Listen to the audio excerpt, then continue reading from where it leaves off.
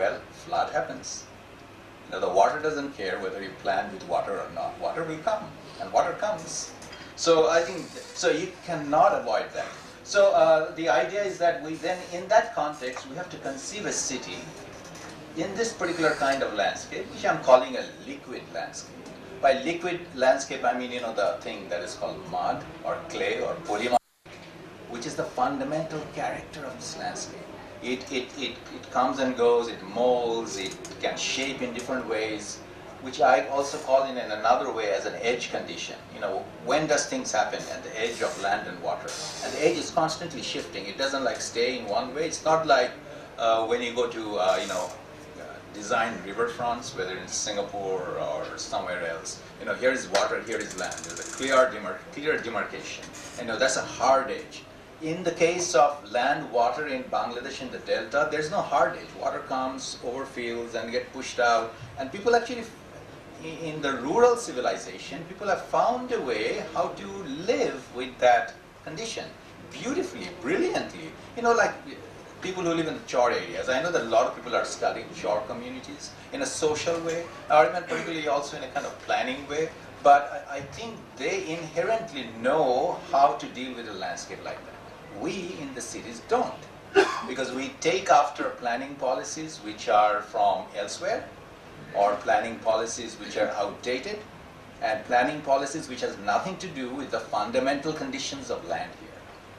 So with that, I would have suggested to myself actually that we need to think or conceive the city in this landscape. First of all, we have to conceive the landscape. You know, we can't just conceive the city as an isolated thing. How can we conceive the city without conceiving the landscape where the city is? And we have not been able to conceive that landscape, and then we are doing this. If you see the dichotomy here. So plan around land and water. So Dhaka as a city, I call it a furious city, and it goes both ways. It's furious in a good way. It's a fantastic economic opportunity. It's an economic engine, and you can't really deny that. It's a city of vitality. It's really alive. And so just like talking about crisis is not good enough. We have to think that the city is here, people are doing things and it's going somewhere. And we as architects, designers and planners, we have fallen behind. We don't have vital thinking. So to kind of work in pace with that sort of dynamic out there, we have to be dynamic at the same time. So which is what I call the crisis of imagination. It's not about problem solving. People often say that, the reason Dhaka is like this, the reason Bangladesh is like this, because we can inefficient urban governance. I don't buy that. It's not about weak governance, it's actually weak thinking. It's a lack of visionary planning. So how do we then handle this? So some of the things that we have been saying is that the thinking of Dhaka has to be, how do you conceptualize this edge condition, edge of land and water, and the edge that is constantly shifting. It's not a geographic location, it's where the water comes in, where the floodplains, the wetlands, the agricultural areas touch what we call urban. And this relationship is constantly shifting. It's a political relationship. It's a relationship of power and manipulation, meaning that people are going out there and filling up wetlands and all that. It's a battleground. Edge is the battleground for planners and in Bangladesh. Okay? You have to understand that. That's where things are happening, and therefore the disasters. So I think the first thing for us who are involved in this, in whatever way as designers or policymakers, is to think about the edge, rethink the edge. So this is the condition of the edge. And then I will just bypass most of the things here. What I would like to do is that what happens at the edge? Water. Water is there. Of all things, I would like to think we have to foreground water. Bring that into the forefront. And water is the paradox. As this image that I showed earlier, that there is water, there's a lack of water at the same time. And this is the delta. Fantastic land matrix. For understanding Bangladesh's environmental conditions, no other foreign or imported ideas will help you. Maybe a little bit from Holland, but we have to develop our own mechanism to deal with this. And because this is so unique. Uh, things like this, alternation. One season you see that on the left, another season you see that on the right. And why? Because of water. People have evolved a fantastic civilization out of living in water. They have developed a ritual, life practices, occupation, and it belongs to a group of people whom we were indebted to because they are the foundation of our larger civilization. But I think the problem starts from here because this is assigned as coming out of a wet civilization. While we are, I am to be blamed for that too, that I'm part of a dry civilization. So when we plan and when we organize our thinking, we do that as dry preachers. So I think the first thing we have to develop, and I'm in conversation with other people in my discipline, also in landscape architecture, that we need to create a wet theory. All our theories are dry theories. This is both a pun and a criticism that we have dry theories. All planning, not particularly, when I say planning, not in the discipline or the profession, but planning largely, it's dry planning. We have to think of a wet planning. And also all these images of vanishing, water comes, Dhaka gets flooded, and sort of vanishing canals. Water ecology. You just look around. There is a water ethics, as I call it. So the final question about Dhaka is that how do we then, organize new city thinking where both are engaged? It's not like this city is going to keep marching on and engulf and gobble and swallow that. If you do that, that'll be the death of this. Because that, by that I mean water, will return to disrupt this. So unless you engage both, none of this is going anywhere. And therefore the edge condition, this is the edge, this is the edge, this is how we imagine the edge. And this is what happens when monsoon comes. But in the vernacular tradition, if you look around, people have evolved an ethos, if not even a principle, of how to think of a city. I will bypass most of this because I mentioned this before, because to think of a city, you don't have to look for examples in the city. You can look around, even in the rural areas. So it should not be a mental block between city and rural. Wherever lessons are there, we have to think of that. And I show this because, in the Chor communities, people do gardening because it's just a rich soil condition, floating gardens, and of course I showed you floating school, which we all know. So there are those innovations already happening out there. How can we translate those innovations in the city? And that requires imagination. So what I will show you as examples is this one. I mentioned this before, and I'll end with that one. Tongjian Yu, who is right now the most well-known landscape architect in the world. He's Chinese. He's a very sought-after landscape architect. And I am just been fascinated by his, not only his imagination, but the way he has gone out and done some of these things. I think if you have the chance, if you want to look up his work, his office is called Turenscape, Turenscape.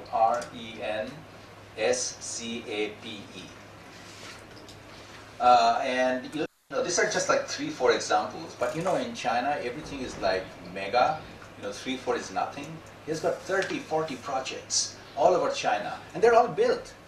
All the things that I'm saying, the crisis now has to be resolved. Where are the examples? Well, there are a few examples. I say that from small to big, there are some examples. I would say Khandakar Hasibul Kabir's work is this little engagement, little intervention in the slum, this little matcha which became a space for the gathering of people and plants.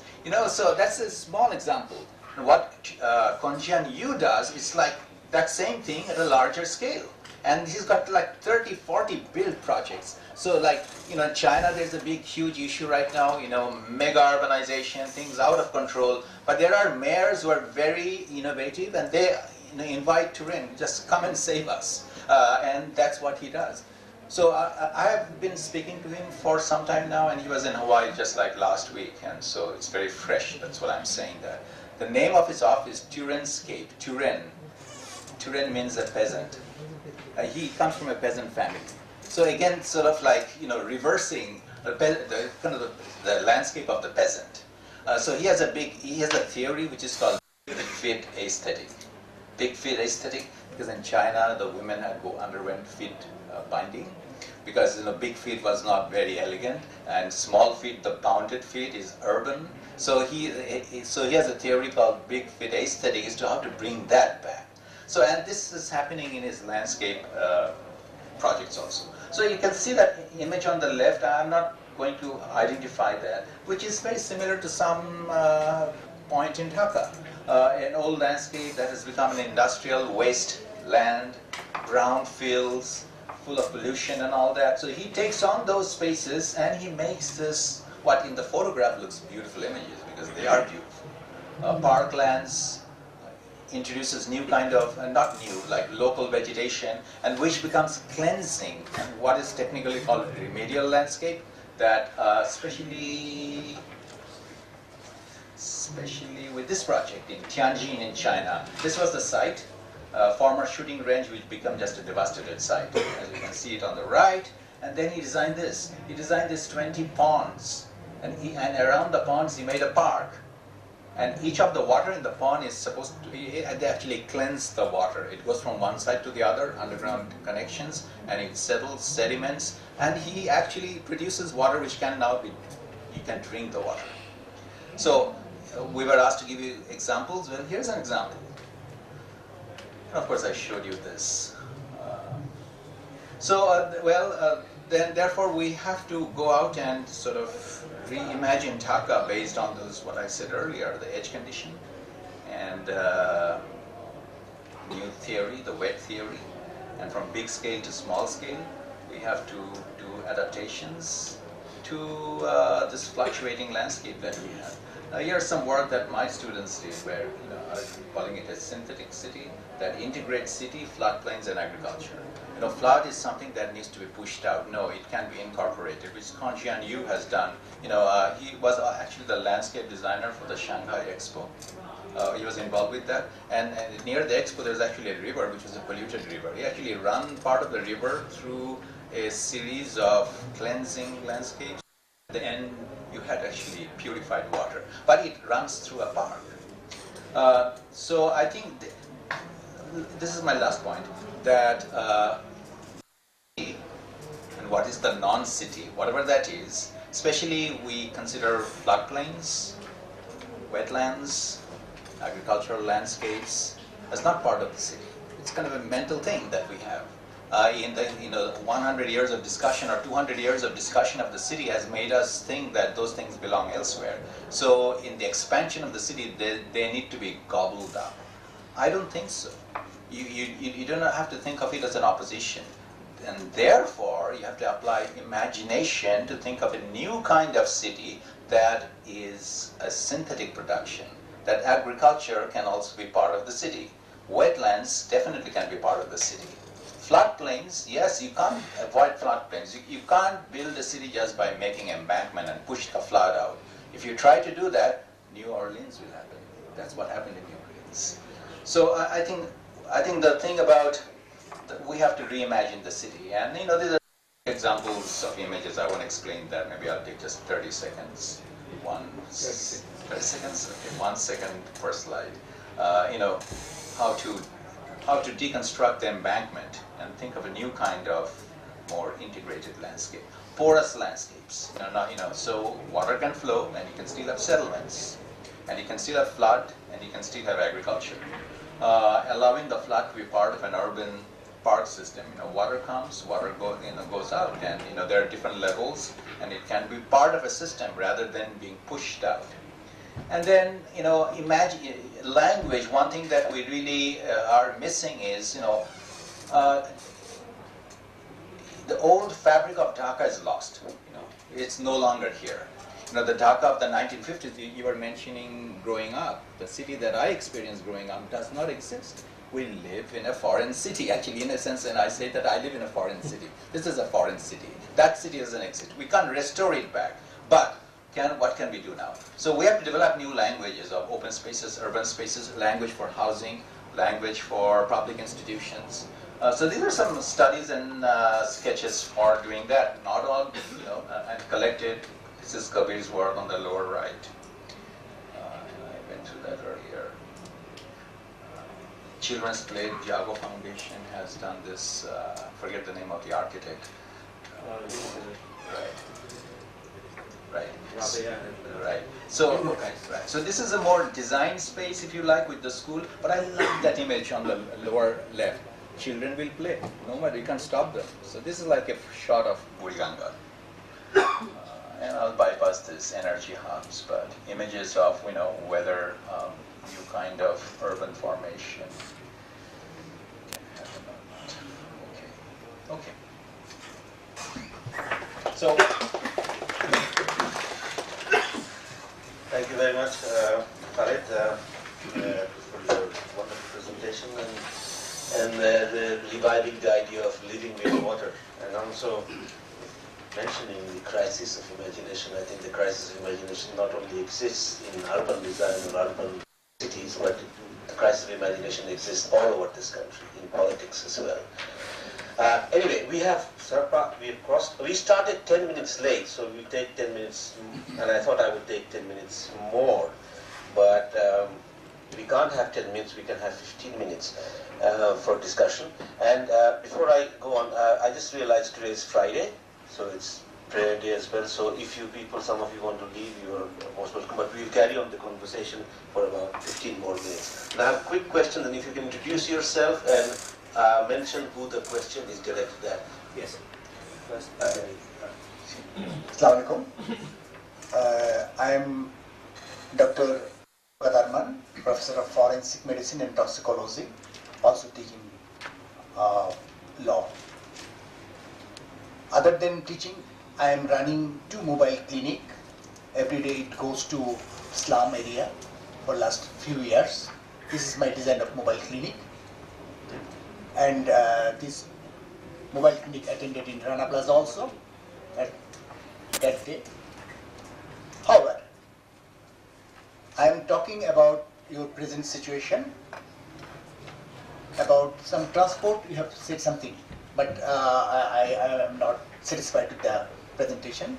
I was trying to accept more support from about transport, because as a forensic expert, we have to examine dead body after accident, and I think in next time you will present something like that. Primarily, I asked Professor Nazrul Islam about the urban health topics. I was not clear about the urban health. What is urban health? When somebody says mental health, then I understand that it is about human being, not about building and others, health of building and others. By the way, so we have to clear about the urban health and human health, because it must be human health. But if we say building health, say about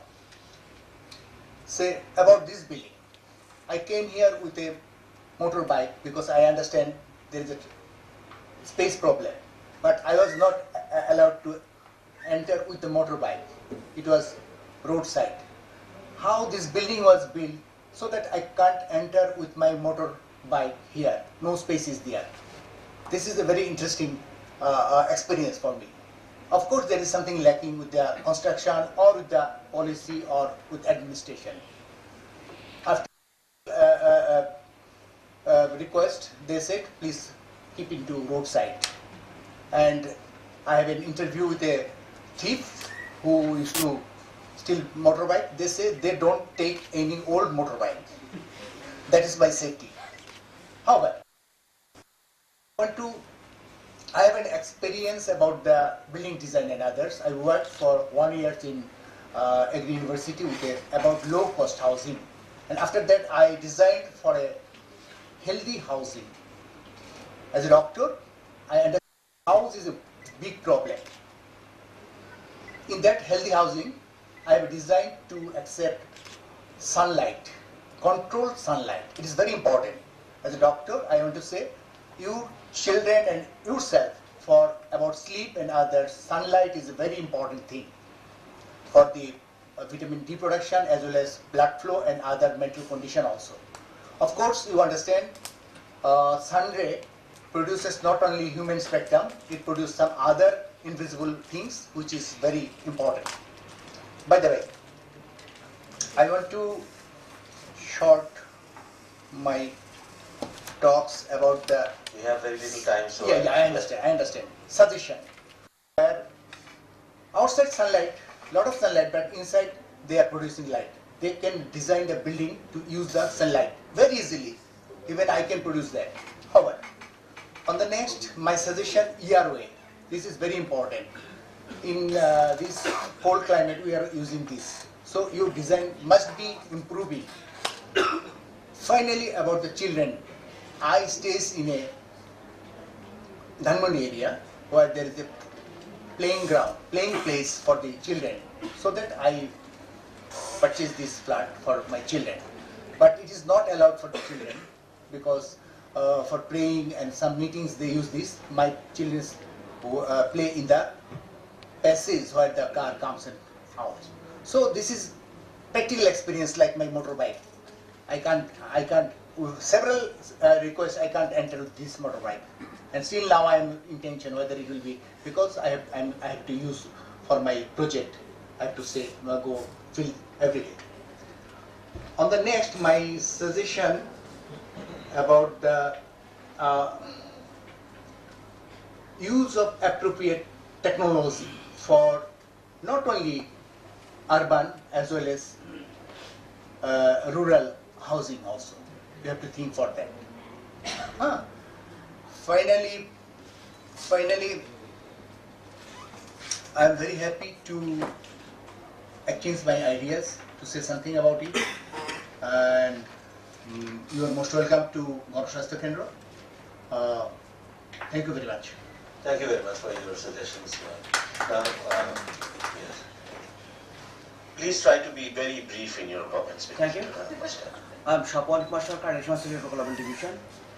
Actually, I'm not an engineer nor an architect, so the presentation, what is presented over here, is mostly for the architect, I believe, not for common people like me. And what I expected that the presentation on environment, that is in transport and housing, would cover at least some areas of healthy transport system, which is prevailing in developed countries, which I didn't find in the presentation. I'm sorry.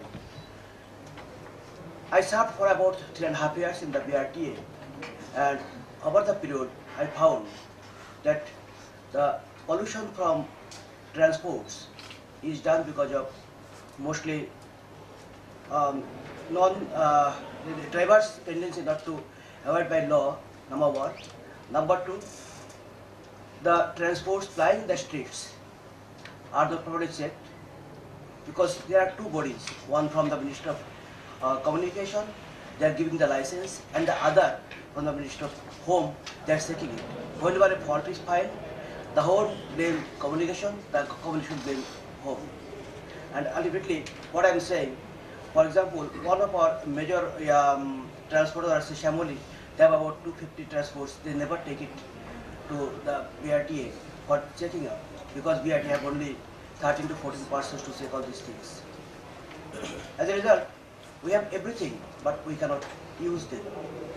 I must thank Professor Kaji Khaled Ashraf for his presentation, but at the same time I would say, yes, we have nice river and river built around Dhaka city, which is great. Now I'm working in the Ministry of Local Government, and for the last 5 years, I'm trying to have some water bodies from which we can supply water to Dhaka city as well as Ashulia areas in Shabar from the Mirpur Bill, which is in between Mirpur and Ashulia area. I cannot. But from Renelsberg, I found a big lake in that region. How it became the property of private parties. I expected that this should come out. Of course, it is our fault. The slums owned by the people, who are they? Are they owner of the land from which they are taking tolls from the slum dwellers? No. So if I do not own anything, I cannot expect a better service. Or if I don't own it, I must not give the better service. What I will wait? I would wait for earning money only, not for giving services, because I am sure this will not last long. And again, I am saying about the housing, what I believe that the housing system which is prevailing in our country, whether it is controlled by our NISA or some private developer, none of us follow the rules and regulations there. And I think we should be respectful to our rules and regulations. And the steps taken by the bodies, say for example, DAP or something like that, say FAB, flood action plan or something like that, or the water goods armor, that should be preserved. That's all. Thank you. Thank you. You want to respond? You want to respond? Right. Quick, half a minute. I think you started off with a little disappointment that discussion on transportation and housing did not happen, and that's true. But I don't think, as far as I'm concerned, that I did not address that directly. My response will be water. If you do not foreground water, none of this solutions will going to happen. In my view, in Dhaka, there's no housing. Because the only examples are landfill, plotting, and making houses. That's the mechanism. I do not claim them as housing. We need to find alternative ways by how to bypass that. So how can I So I think in my mind I thought there's a response to that. Regarding transportation, well, this is an example. I mentioned that earlier. I don't know if you're present. This is in Seoul, a canal which was opened up after initially it was an elevated highway. And the same man who made the elevated highway destroyed it and made it into a canal. So you have to prioritize how do you see transportation.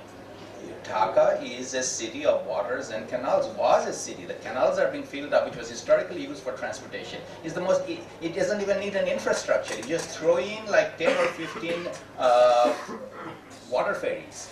I know the ministry started off with this water bus, with two water bus. I think there should be 200 water buses. And that will actually have some impact on transportation.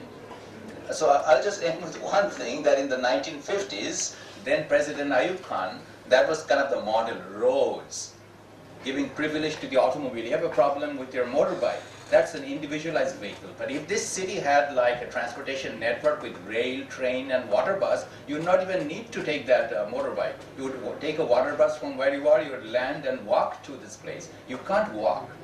If you cannot walk, what kind of a city is this? So I'm saying that Ayub Khan started off with filling up canals, because canals at that time were examples of dirty things. It was pollutant, it was like garbage, and the only way to solve that, I talked earlier, ideology of cleanliness, you fill it up. It's a nice clean road and you use cars. So I think we have to shift gear from what we consider to be unclean and dirty and therefore we have to return to water. Thank you, Khalid. I think we have Shakil now, and then Zaki, but you have half a minute, and then half a minute, and then we will close the session. I would echo Professor Ashraf that I did not talk about transport because this is a very big issue.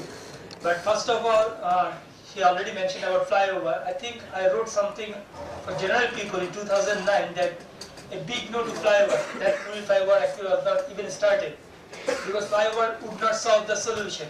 Yes, in short term it might work, just like Bangkok in the 90s. Flyover came back. And a little thing I disagree with Professor Ashraf. Professor Ashraf actually said that there is no visionary plan. Actually, Dhaka has a very visionary plan which incorporated this water level. In the Dhaka structure plan, there was flood flow zone, sub-flood flow zone, water retention plan. Unfortunately, people in the ministry, I am specifically talking about the government, try to destroy it. And those of you who are in the 2009 know that there was big discussion going on regarding water retention pond, wetland, saving the wetland during the finalization of detailed area plan. And what happened now? Can you imagine that government actually trying to make a new plan, because at that time Dhaka structure plan was one of the obstacles to implement those infilling of the canals and water bodies. Professor Ashraf, I did not saw Dhaka with the canals, but I was actually working on canals of Dhaka. Dhaka Wasa claimed that there is 46 canals in Dhaka.